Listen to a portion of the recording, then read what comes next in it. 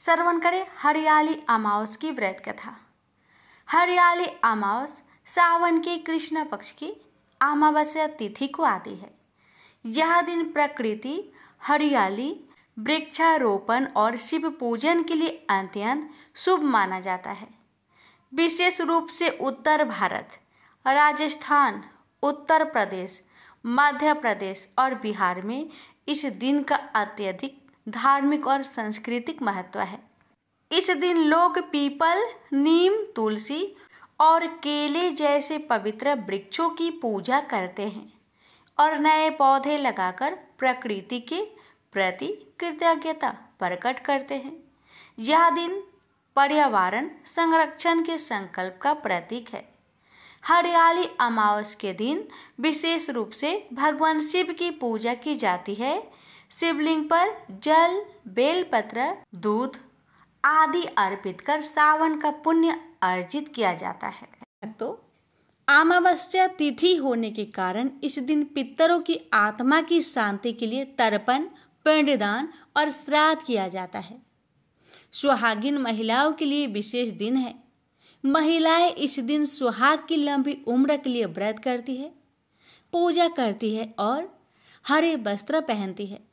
यह हरियाली और सौभाग्य का प्रतीक है। भक्तों, इस दिन व्रत कर कथा सुनने से घर में सुख शांति आती है, पर्यावरण की उन्नति और संतुलन बना रहता है, वंश वृद्धि और पितृदोष शांति होती है, शिव कृपा प्राप्त होती है।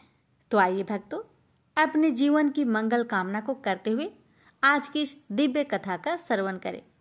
हरियाली अमावस की कथा के अनुसार कहा जाता है कि एक राजा की बहू ने एक दिन मिठाई चोरी करके खा ली और नाम एक चूहे का दे दिया। यह बात जानकर चूहे को बहुत क्रोध आया और उसने तय किया कि एक दिन राजा के सामने सच लेकर ही आऊंगा। फिर एक दिन राजा के यहाँ अतिथि पधारे और राजा के ही अतिथि कक्ष में सोए। चूहे ने रानी के वस्त्र ले जाकर अतिथि के पास रख दिए। प्रातः काल उठकर सभी लोग आपस में बात करने लगे कि छोटी रानी के कपड़े अतिथि के कमरे में मिले। यह बात जब राजा को पता चली तो उस रानी को घर से निकाल दिया। रानी प्रतिदिन संध्या को दिया जलाती और ज्वार बोती और पूजा करके गुड़ धानी का प्रसाद बांटती थी। फिर एक दिन राजा शिकार करके उधर से निकले तो राजा की नजर रानी पर पड़ी। राजा ने महल में आकर कहा कि आज तो वृक्ष के नीचे चमत्कारी चीज है। अपने झाड़ के ऊपर जाकर देखा तो ये आपस में बात कर रहे थे, आज किसने क्या खाया और कौन क्या है। उसमें से एक दिया बोला, आपके मेरे जान पहचान के अलावा कोई नहीं है। आपने तो मेरी पूजा भी नहीं की और भोग भी नहीं लगाया। बाकी के सब दिए बोले, ऐसी क्या बात हुई? तब दिया बोला, मैं राजा के घर का हूँ। उस घर की एक बहू थी, उसने एक बार मिठाई चोरी करके खा ली और चूहे का नाम ले लिया। जब चूहे को क्रोध आया तो रानी के कपड़े अतिथि के कमरे में रख दिए और राजा ने रानी को घर से निकाल दिया। वो रोज मेरी पूजा करती थी, भोग लगाती थी। उसने रानी को आशीर्वाद दिया और कहा कि सुखी रहो। उसने आगे बताया कि रानी की मिठाई चोरी की वजह से चूहे ने रानी की सारी अतिथि के कमरे में रखी थी और बेकसूर रानी को सजा मिल गई। फिर सब लोग पेड़ पर से उतरकर घर आए और कहा कि रानी का कोई दोष नहीं था। यह सुनकर राजा ने रानी को घर बुलवाया और फिर सुखपूर्वक रहने लगे। प्रेम से बोलिए भोलेनाथ की जय। पौराणिक कथा के अनुसार किसी नगर में एक राजा रहता था। राजा की रानी बहुत ही धार्मिक विचारों की थी। राजमहल के ठीक सामने साहूकार की एक हवेली थी। रानी और उस साहूकार की पत्नी की घनिष्ठ मित्रता थी। तभी एक दिन हवेली से साहूकार की पत्नी की रोने की आवाज आई। इस पर रानी ने उससे कारण पूछा। तब राजा ने बताया कि साहूकार का पुत्र मर गया है। रानी ऐसे दुख से वंचित थी, इसलिए वो राजा से एक बार फिर पूछी कि ये दुख क्या होता है। इस पर राजा ने बोला कि जब तुम्हारा बेटा मरेगा तब तुम्हें समझ आएगा। ऐसा सुनकर तुरंत रानी ने अपने बेटे को नीचे फेंक दिया, पर भगवान की कृपा से उसे कुछ नहीं हुआ। रानी ने फिर पूछा कि ये दुख क्या होता है। तब राजा ने रानी को जवाब देते हुए कहा कि जब पड़ोसी राज्य में युद्ध होगा और मैं उस युद्ध में अकेला जाऊंगा, इसके बाद जब तुम मेरे मरने का समाचार सुनोगी तब तुम्हें पता चलेगा। हालांकि रानी अमावस्या व्रत करती थी, जिस वजह से राजा युद्ध जीतकर वापस आ जाते हैं। रानी फिर से सवाल करती है। तब इसके बाद राजा ने कहा कि जब हम गंगा माँ के दर्शन को जाएंगे तब मैं वहाँ गंगा नदी में कूद जाऊंगा, फिर तुम्हें पता चलेगा कि दुख क्या होता है। उधर भगवान शंकर कैलाश पर्वत पर बैठकर सब कुछ देख रहे थे और माता पार्वती से कहते हैं कि आओ मैं तुम्हें सुखी आत्मा के दर्शन कराता हूँ। इसके बाद भगवान शिव बकरे और माता पार्वती ने बकरी का रूप धारण करके एक बावली के पास घास चरने लगे। रानी ने उस बावली को देखकर कहा कि हम यही विश्राम करेंगे। इस दौरान रानी ने महादेव और माता पार्वती की सारी बातें सुन ली, जिसमें महादेव और माता पार्वती आपस में बातें कर रहे होते हैं कि रानी ने अमावस्या का व्रत किया है, इसलिए उसे इस जन्म में कोई दुख नहीं मिलेगा। सारी बातें सुनकर रानी को सब कुछ समझ आ गया। फिर उसने राजा को सब कुछ बताया। ऐसा माना जाता है कि अमावस्या व्रत करने से इंसान के सभी संकट दूर हो जाते हैं। प्रेम से बोलिए अमावस्या माता की जय। हर हर महादेव, माता पार्वती की जय। एक दिन ब्राह्मण परिवार था जिसमें पति पत्नी और उनकी एक छोटी पुत्री थी। उनका जीवन सामान्य चल रहा था। वर्ष बीतते गए और पुत्री भी धीरे धीरे बड़ी होने लगी। बढ़ती आयु के साथ उसमें स्त्रियों के गुण का भी विकास होने लगा था। वह अत्यंत ही सुंदर, सुशील और सर्वगुण संपन्न थी, लेकिन गरीब होने के कारण उसका विवाह नहीं हो पा रहा था। एक दिन उस ब्राह्मण के घर एक साधु महाराज पधारे। ब्राह्मण पुत्री की सेवा से साधु महाराज का मन बहुत प्रसन्न हुआ और उन्होंने कन्या को लंबी उम्र का आशीर्वाद तो दिया, लेकिन यह भी बताया कि उसके हथेली में विधवा योग है। इस बात से चिंतित होकर ब्राह्मण परिवार ने साधु से उपाय पूछा। तब साधु ने कुछ देर विचार करने के पश्चात अपने ध्यान के आधार पर बताया कि कुछ दूरी पर एक गांव में सोना नाम की धोबन जाति की एक महिला अपने बेटे और बहू के साथ रहती है, जो बहुत ही संस्कारों से संपन्न तथा पति परायण और निष्ठावान है। यदि यह कन्या उसकी सेवा करे और इसके विवाह में वह महिला अपनी मांग का सिंदूर लगा दे तो इस कन्या का विधवा योग मिट सकता है। साधु ने यह भी कहा कि वह महिला कहीं आती जाती नहीं। यह बात सुनकर ब्राह्मणी ने अपनी बेटी से धोबिन की सेवा करने की बात कही। अगले दिन कन्या प्रातःकाल उठकर सोना धोबिन के घर चली गई और फिर प्रतिदिन वह धोबिन के घर की साफ सफाई और अन्य सारे कार्य कर अपने घर वापस आ जाती थी। एक दिन सोना धोबिन अपने बहू से पूछती है कि तुम तो सवेरे उठकर सारे काम कर लेती हो और पता भी नहीं चलता। तब बहू ने कहा, माँ जी, मैंने तो सोचा कि आप ही प्रातः उठकर सारे काम खुद ही खत्म कर लेती हैं। मैं तो देर से उठती हूँ। इसके बाद दोनों सास बहू निगरानी करने लगी कि कौन है जो सवेरे ही घर का सारा काम करके चला जाता है। कई दिनों बाद धोबिन ने देखा कि एक कन्या प्रातः घर में आती है और सारे काम करने के बाद चली जाती है। जब वह जाने लगती तो सोना धोबिन उसके पैरों में गिर पड़ी और पूछने लगी कि वह कौन है जो इस प्रकार छुपकर उसके घर में काम करती है। तब कन्या ने साधु द्वारा कही गई सारी बात बताई। सोना धोबिन पति परायण थी, उसमें तेज था, इसलिए वह इस बात के लिए मान गई।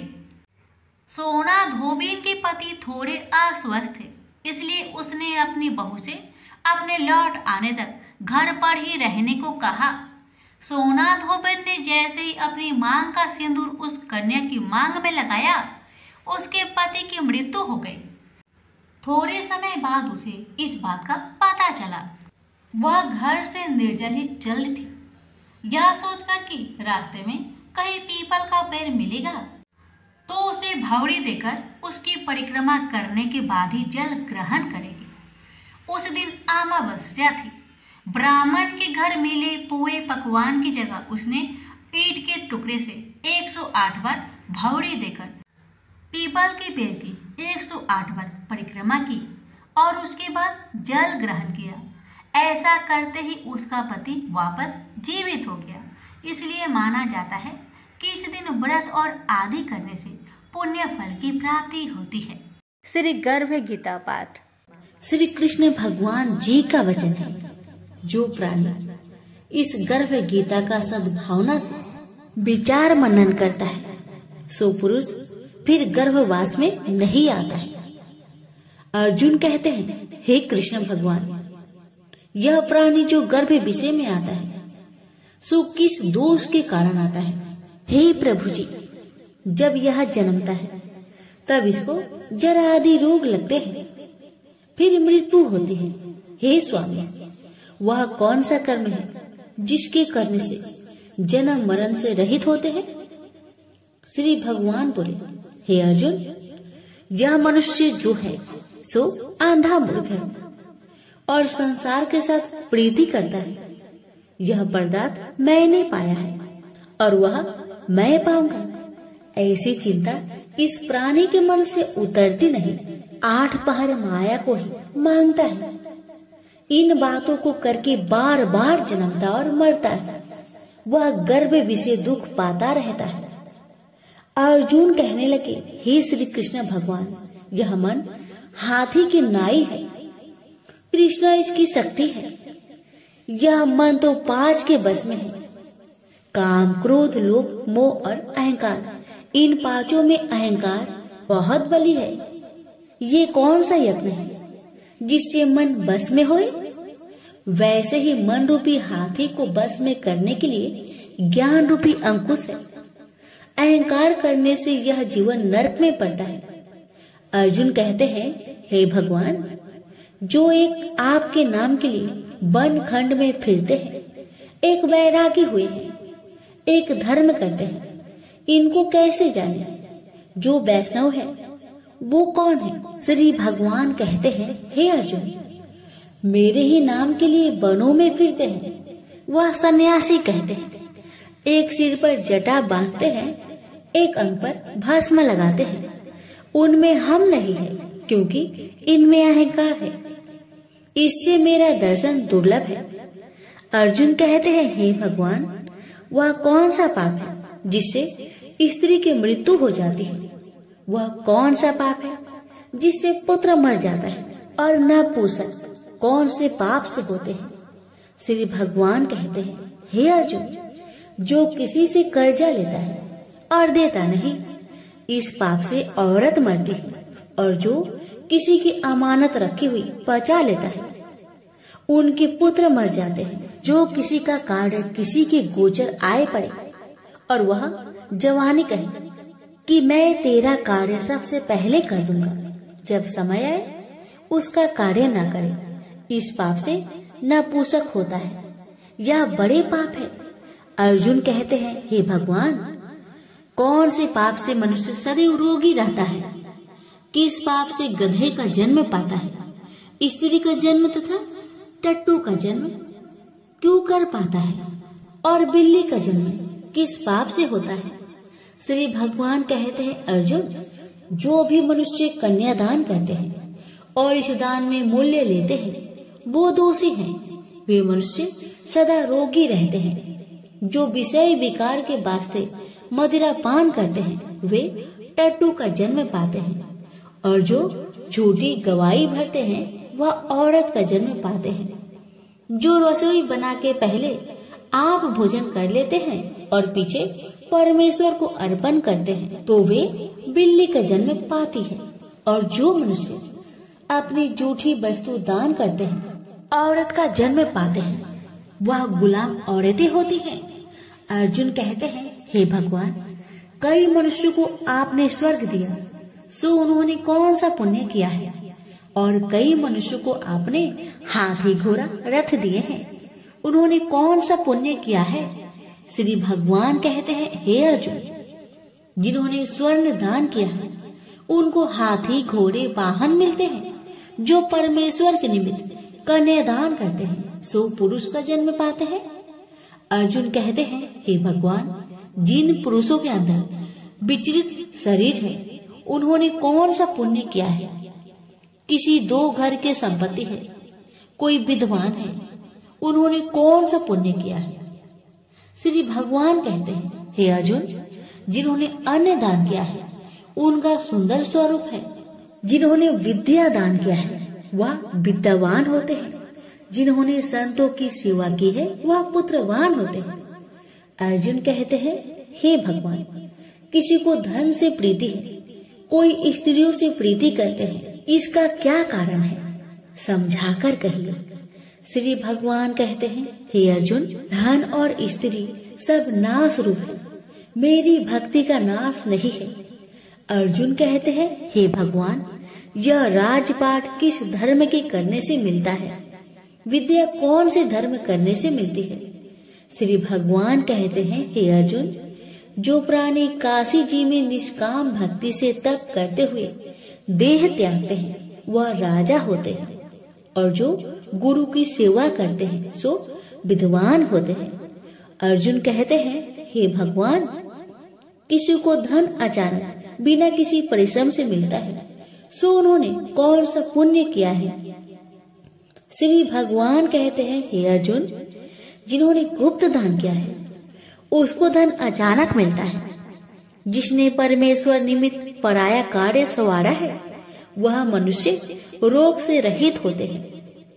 अर्जुन कहते हैं, हे भगवान, कौन सा पाप से अम्ली होते हैं और कौन से पाप से गूंगे होते हैं और कौन से पाप से कुष्ठी होते हैं? श्री भगवान कहते हैं, हे अर्जुन, जो आदमी नीच कुल की स्त्री से गमन करते हैं सो अम्ली होते हैं। जो गुरु से विद्या पढ़कर मुकर जाते हैं सो गूंगे होते हैं। जिन्होंने गौ घात किया है वे कुष्ठी होते हैं। अर्जुन कहते हैं, भगवान, जिस किसी पुरुष के देह में रक्त का विकार होता है वह किस पाप से होता है? और कोई दरिद्र होते हैं, किसी को खरक वायु होती है, और कोई अंधे होते हैं तो कोई पंगुल होते हैं, सो कौन से पाप से रहित होते हैं? और कई स्त्रियां बाल विधवा होती है तो यह किस पाप से होती है? श्री भगवान कहते हैं, हे अर्जुन, तो सदा क्रोधवान रहते हैं उन्हें रक्त विकार होता है। जो मलिन रहते हैं वह सदा दरिद्री होते हैं। जो कुकर्मी ब्राह्मण को दान देते हैं उनकी खरक वायु होती है। जो पराई स्त्री को नंगी देखते हैं, गुरु की पत्नी को कुदृष्टि करते हैं सो अंधे होते हैं। जिसने गुरु और ब्राह्मण को लात मारी है सो लंगड़ा व पंगुल होता है। जो औरत अपने पति को छोड़कर पराये पुरुष से संग करती है सो वह बाल विधवा होती है। अर्जुन कहते हैं, हे भगवान, आप पर ब्रह्मा हो, आपको नमस्कार है। आगे मैं आपको संबंधी जानता था, परंतु अब मैं ईश्वर रूप में जानता हूँ। हे पर ब्रह्मा, गुरु दीक्षा कैसी होती है सो कृपा करके मुझसे कहिए। श्री भगवान कहते हैं, हे अर्जुन, तुम धन्य हो, तुम्हारे माता पिता भी धन्य हैं, जिनके तुम ऐसे पुत्र हो। हे अर्जुन, सारे संसार का गुरु जगन्नाथ, विद्या का गुरु काशी, चारों वर्णों का गुरु सन्यासी है। सन्यासी उसको कहते हैं जिन्हें सबका त्याग करके मेरे प्रति मन लगाया है, सो ब्राह्मण जगत गुरु है। हे अर्जुन, यह बात ध्यान देकर सुनने की है। गुरु कैसा करे? जिसने सब इंद्रियां जीती हो, जिसको सब संसार ईश्वर में नजर आता हो और सब जगत से उदास हो। ऐसा गुरु करे जो परमेश्वर को जानने वाला हो और उस गुरु की पूजा सब तरह से करे। हे अर्जुन, जो गुरु काम भक्त होता है और जो प्राणी गुरु की पूजा सब तरह से करे। हे अर्जुन, सो गुरु का भक्त होता है और जो प्राणी गुरु की पूजा सब तरह से करे। हे अर्जुन, जो गुरु का भक्त होता है और जो प्राणी गुरु के सम्मुख होकर भजन करते हैं, उसका भजन करना सफल है। जो गुरु से विमुख है, उनको सप्त ग्राम मारे का पाप है। गुरु से विमुख प्राणी दर्शन करने योग्य नहीं होते। जो गृहस्थी संसार में गुरु के बिना है, चंडाल के समान है। जिस तरह मदिरा का भंडार हो, उसमें जो गंगा जल है सो अपवित्र है, इसी तरह गुरु से विमुख का भजन सदा अपवित्र होता है। उसके हाथ का देवता भी नहीं लेते, उसके सब कर्म निष्फल है। कुकर, सुकर, गंधर्व, काक, ये सब की सब योनि में बड़ी खोटी योनि है। सबसे यह मनुष्य खोटा है जो गुरु नहीं करता। गुरु बिना गति नहीं होती, यह अवश्य नरक को जाएगा। गुरु दीक्षा बिना प्राणी के सब कर्म निष्फल होते हैं। हे अर्जुन, जैसे चारों वर्णों को मेरी भक्ति करना योग है, तैसे गुरु धार के गुरु की भक्ति करना योग है। जैसे गंगा नदियों में उत्तम है, सब व्रतों में एकादशी का व्रत श्रेष्ठ है, वैसे हे अर्जुन, शुभ कर्मों में गुरु सेवा उत्तम है। गुरु दीक्षा बिना प्राणी पशु योनि को पाता है। जो धर्म भी करता है सो पशु योनि में फल भोगता है, 84 योनियों में भ्रमता रहता है। अर्जुन कहते हैं, हे श्री कृष्ण, भगवान गुरु दीक्षा क्या वस्तु है? भगवान कहते हैं, अर्जुन धन्य जन्म है तेरा जिसने यह प्रश्न किया है। तू धन्य है। गुरु दीक्षा के 2 अक्षर हैं, हरिओम। इन अक्षरों को गुरु कहता है। यह चारों वर्णों को अपना श्रेष्ठ है। हे अर्जुन, जो गुरु की सेवा करता है उस पर मेरी प्रसन्नता है। वह 84 से छूट जाएगा, जन्म मरण से रहित हो, नरक नहीं भोगता। गुरु की सेवा करता है, उसको कई अश्वमेध यज्ञ के पुण्य का फल मिलता है। गुरु की सेवा मेरी सेवा है।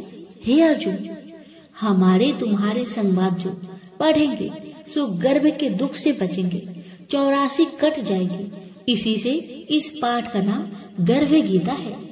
श्री कृष्ण भगवान जी के मुख से अर्जुन ने श्रवण की है। गुरु दीक्षा लेना उत्तम कर्म है।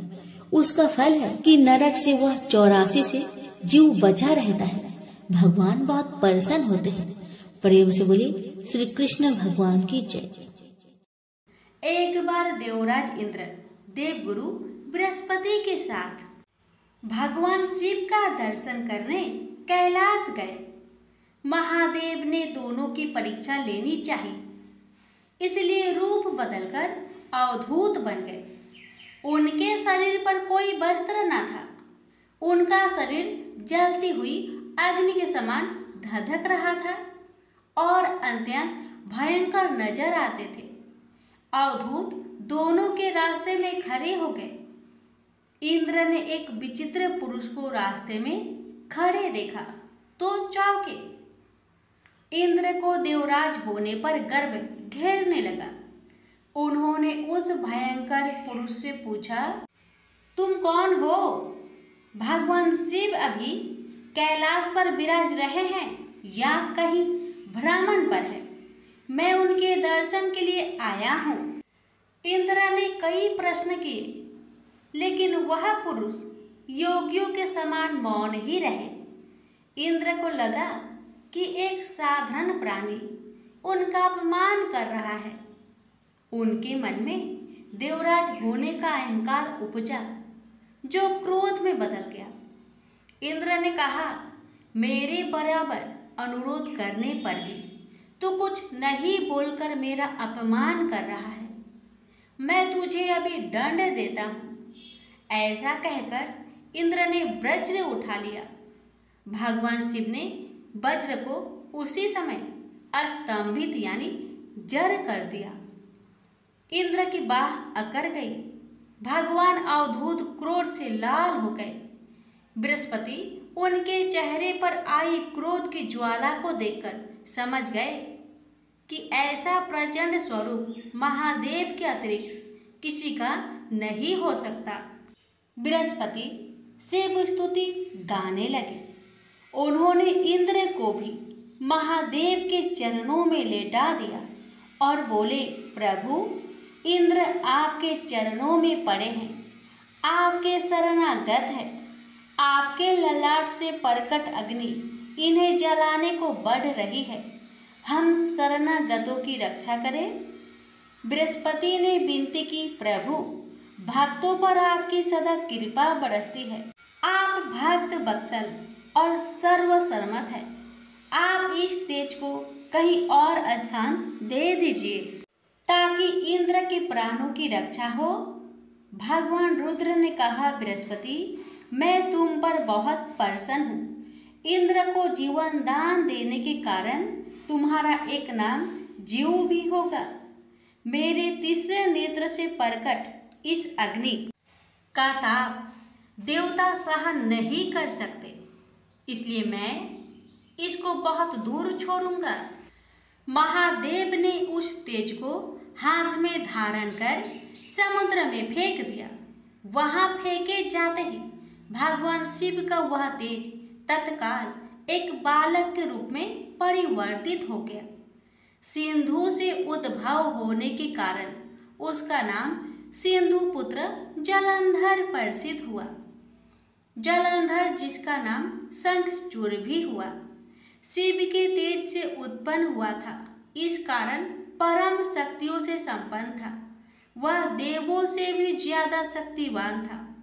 वह उस तेज से पैदा हुआ था जो इंद्र को समाप्त करने वाला था। इसलिए असुरों ने उसे अपना राजा बनाया। अवधूत रूप में यह लीला करने के बाद महादेव अंतर्ध्यान हो गए। इंद्र के गर्व का भंजन भी हुआ। भगवान के दर्शन भी हो गए। तुलसी से जुड़ी एक कथा बहुत प्रचलित है। श्रीमद् देवी भागवत पुराण में इनके अवतरण की दिव्य लीला कथा भी बनाई गई है। एक बार शिव ने अपने तेज को समुद्र में फेंक दिया था। उससे एक महातेजस्वी बालक ने जन्म लिया। यह बालक आगे चलकर जालांधर के नाम से पराक्रमी दैत्य राजा बना। इसकी राजधानी का नाम जालांधर नगरी था। दैत्यराज काल नेमि की कन्या वृंदा का विवाह जालंधर से हुआ। जालंधर महाराक्षस था। अपनी सत्ता के मद में चूर उसने माता लक्ष्मी को पाने की कामना से युद्ध किया, परंतु समुद्र से ही उत्पन्न होने के कारण माता लक्ष्मी ने उसे अपने भाई के रूप में स्वीकार किया। वहां से पराजित होकर वह देवी पार्वती को पाने की लालसा से कैलाश पर्वत पर गया।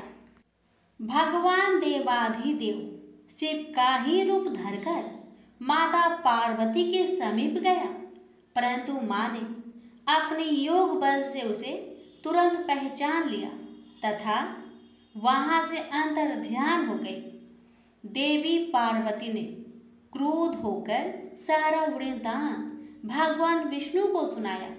जालांधर की पत्नी वृंदा अत्यंत पतिव्रता स्त्री थी। उसी के पतिव्रत धर्म की शक्ति से जालांधर ना तो मारा जाता था और ना ही पराजित होता था। इसलिए जालांधर का नाश करने के लिए वृंदा के पतिव्रत धर्म को भंग करना बहुत जरूरी था। इसी कारण भगवान विष्णु ऋषि का भेष धारण कर वन में जा पहुँचे, जहाँ वृंदा अकेली भ्रमण कर रही थी। भगवान के साथ दो मायावी राक्षस भी थे, जिन्हें देखकर वृंदा भयभीत हो गई। ऋषि ने वृंदा के सामने पल में दोनों को भस्म कर दिया। उनकी शक्ति देखकर वृंदा ने कैलाश पर्वत पर महादेव के साथ युद्ध कर रहे अपने पति जालंधर के बारे में पूछा। ऋषि ने अपनी माया जाल से 2 बानर प्रकट किए। एक बानर के हाथ में जालंधर का सिर था तथा दूसरे के हाथ में धर। अपने पति की यह दशा देखकर वृंदा मूर्छित होकर गिर पड़ी। होश में आने पर उन्होंने ऋषि रूपी भगवान विष्णु से विनती की कि वह उसके पति को जीवित करे। भगवान ने अपनी माया से पुनः जालंधर का सिर धड़ से जोड़ दिया, परंतु स्वयं भी वह उसी शरीर में प्रवेश कर गए। वृंदा को इस छल का जरा आभास न हुआ। जालंधर बने भगवान के साथ वृंदा पतिव्रता का व्यवहार करने लगी, जिससे उसका अस्तित्व भंग हो गया। ऐसे होते ही वृंदा का पति जालंधर युद्ध में हार गया। इस सारी लीला का जब वृंदा को पता चला तो उसने क्रोध होकर भगवान विष्णु को शीला होने का श्राप दे दिया तथा स्वयं सती हो गई। जहाँ वृंदा भस्म हुई वहाँ तुलसी का पौधा उगा। भगवान विष्णु ने वृंदा से कहा, हे वृंदा, तुम अपने अस्तित्व के कारण मुझे लक्ष्मी से भी अधिक प्रिय हो गई हो। अब तुम तुलसी के रूप में सदा मेरे साथ रहोगी। जो मनुष्य भी मेरे शालिग्राम रूप के साथ तुलसी का विवाह करेगा उसे इस लोक और परलोक में विपुल यश प्राप्त होगा। जिस घर में तुलसी होती है वहाँ यम के दूत भी असमय नहीं जा सकते। गंगा व नर्मदा के जल में स्नान तथा तुलसी का पूजन बराबर माना जाता है। चाहे मनुष्य कितना भी पापी क्यों न हो, मृत्यु के समय जिसके प्राण मंजरी रहित तुलसी और गंगा जल मुख में रखकर निकल जाते हैं, वह पापों से मुक्त होकर बैकुंठ धाम को प्राप्त होता है। जो मनुष्य तुलसी व आंवले की छाया में अपने पितरों का श्राद्ध करता है उसके पितर मोक्ष को प्राप्त हो जाते हैं। उसी दैत्य जालंधर की यह भूमि जालंधर नाम से विख्यात है। सती वृंदा का मंदिर मोहल्ला कोट किशनचंद में स्थित है। कहते हैं इस स्थान पर एक प्राचीन गुफा थी जो सीधी हरिद्वार तक जाती थी। प्रेम से बोलिए जय श्री हरि। तुलसी मैया की जय, लक्ष्मी नारायण की जय। अब सुनिए हर व्रत कथा के साथ सुनी जाने वाली लोभिया जी की कहानी। एक लोभिया था, कठोर तपस्या करता था। एक पांव पर खड़ा होकर कठिन तप करता था। उसने भगवान को प्रसन्न करने के लिए कठोर तप किया। उसके शरीर पर चिड़िया ने घोंसला भी बना लिया। तपस्या करते 12 वर्ष हो गए। भगवान ने सोचा इसको इतना समय हो गया, अब इसकी परीक्षा लेनी चाहिए। भगवान जानते थे यह बहुत लोभी है, इसलिए भगवान ने एक सोने की मुड्डी उसके पांव के पास फेंक दी। तब लोभिया की नजर उस मुड्डी पर पड़ी तो उसने मुड्डी पांव के नीचे दबा ली। भगवान की माया से भला लौ बचा है।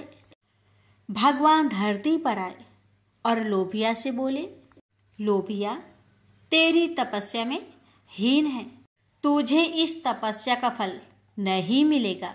तब लोभिया ने अपनी गलती मानी और भगवान के चरण पकड़ लिए और पूछा, हे भगवान, इस तपस्या का हीन कैसे जाएगा। तब भगवान जी को उस पर दया आ गई और उन्होंने कहा, यदि रोटी बनाकर आखिरी रोटी कुत्ते की नहीं बनाई तो फल तुझे मिलेगा। जिमाकर दक्षिणा नहीं दी तो फल तुझे मिलेगा। सब कहानी कथा सुनकर तेरी कहानी नहीं सुनी तो फल तुझे मिलेगा। तभी से सभी व्रत की कहानी सुनने के बाद लोभिया जी की कहानी सुनी जाती है। प्रेम से बोलिए हरे कृष्णा।